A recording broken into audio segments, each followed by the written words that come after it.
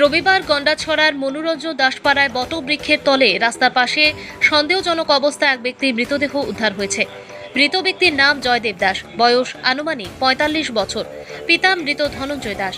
জানা যায়, জয়দেব দাস মনোরঞ্জন দাস পাড়া এসপিও ক্যাম্প এলাকায় একটি ঘর তৈরি করে ছোট ছেলেকে নিয়ে বসবাস করতেন। তার স্ত্রী আগেই প্রয়াত হয়েছেন। পেছনে রয়ে গেছে 2 কন্যা ও একটি ছোট পুত্র সন্তান। স্থানীয় সূত্রে জানা গেছে, জয়দেব দাস দীর্ঘদিন ধরে মদ্যপানে অভ্যস্ত ছিলেন এবং শ্বাসকষ্টজনিত রোগেও ভুগছিলেন।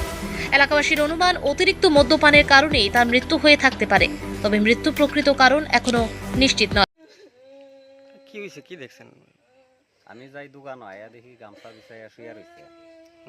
আমি লক্ষ্য করলাম, লক্ষ্য করে দেখছি যে মানুষটা লড়ে টরে না। ডাক দিছি আমি 2-3টা, কেউ ঘুমাই রয়েছ নি, শব্দ করে না। তো এরপরে কাছে গেছি, গিয়া দেখাটা দেখি লড়ে টরে না, শব্দ হয়ে গেছে।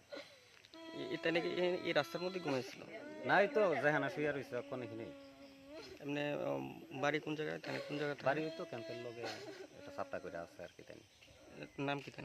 জয়দেব দাস। এই জায়গাটার নাম কি? এটা এমআর দাস পাড়া।